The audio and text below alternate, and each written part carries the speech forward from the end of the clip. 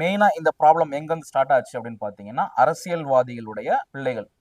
அங்கே இருக்கிற அரசியல்வாதி பிள்ளைகள் என்ன பண்ணுறாங்க அப்படின்னு பார்த்தீங்கன்னா, அவங்களுக்கு தேவையான எல்லாமே அவங்களுக்கு கிடைச்சிரும். அரசியல்வாதி பிள்ளைகள் மெயினாக எந்த நாட்டிலையா இருந்தாலுமே அரசியல்வாதி பிள்ளைகள் வந்து சந்தோஷமாக தான் இருப்பாங்க. கம்ஃபர்ட்டான வாழ்க்கை தான் வாழ்வாங்க. ஏன்னா எக்ஸாம்பிள் நம்ம தமிழ்நாட்டிலையும் உங்களுக்கு தெரியும். அடுத்தடுத்து அரசியல்வாதி பிள்ளைகள் யாருன்னு பார்த்தாலே நம்மளுக்கே தெரியும். திமுகவில் யார் இருக்கிறா, அதுக்கு அடுத்து யார் வரா அப்படின்ற ஒரு கட்டம் நம்மளுக்கு தெரியும்.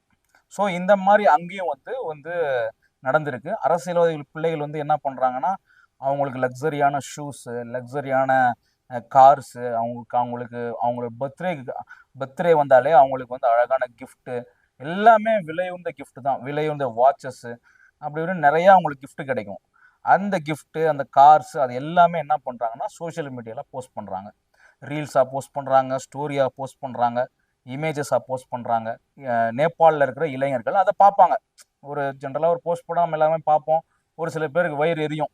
என்னடா இவன் நல்லா இருக்கானே, இவன் மட்டும் எப்படி இவனுக்கு இவ்வளோ கார் கிடச்சிச்சு, இவனுக்கு இவ்வளோ பணம் கிடச்சிச்சு அப்படின்னு எல்லார் மனசுலையுமே இருக்கும்.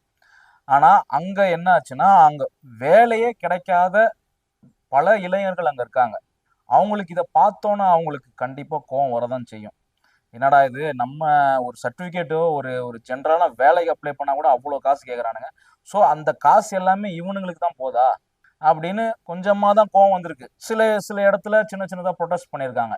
எதுவுமே எடுபடாமல் போயிருக்கு. ஒரு கட்டத்தில் ஒரு 100 பேர் இருக்கிற இடத்துல ஒரு 500 பேர் போராட்டம் பண்ணுறாங்க.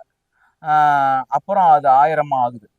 அப்புறம் அது சோஷியல் மீடியாவில் வந்து ஸ்ப்ரெட் ஆகுது. அதாவது இந்த பசங்க, இந்த அரசியல்வாதி, ஃபினான்ஸ் மினிஸ்டர், இந்த மினிஸ்டர், அந்த மினிஸ்டர்னு சொல்லிட்டு எல்லா மினிஸ்டர்களுடைய பட்டியல் என்னென்ன ஊழல் பண்ணாங்க அப்படின்ற பட்டியலை எடுத்து அவங்க வந்து சோஷியல் மீடியாவில் ஷேர் பண்ணியிருக்காங்க.